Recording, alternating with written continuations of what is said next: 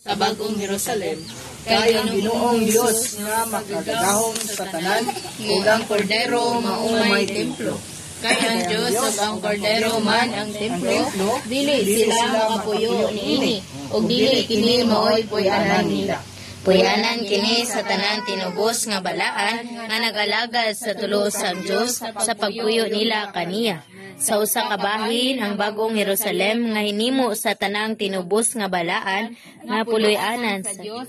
Mao ang tabernakulo. Amen. Sa laing bahin ang bagong Jerusalem nga inumol sa nahikay nga tulo sang Dios Nga puloy-anan sa tanang tinubos nga balaan mao ang templo. Busa ang bagong mao ang masika puloy-anan sa nagtubos nga Dios ug sa mga tinubos niya.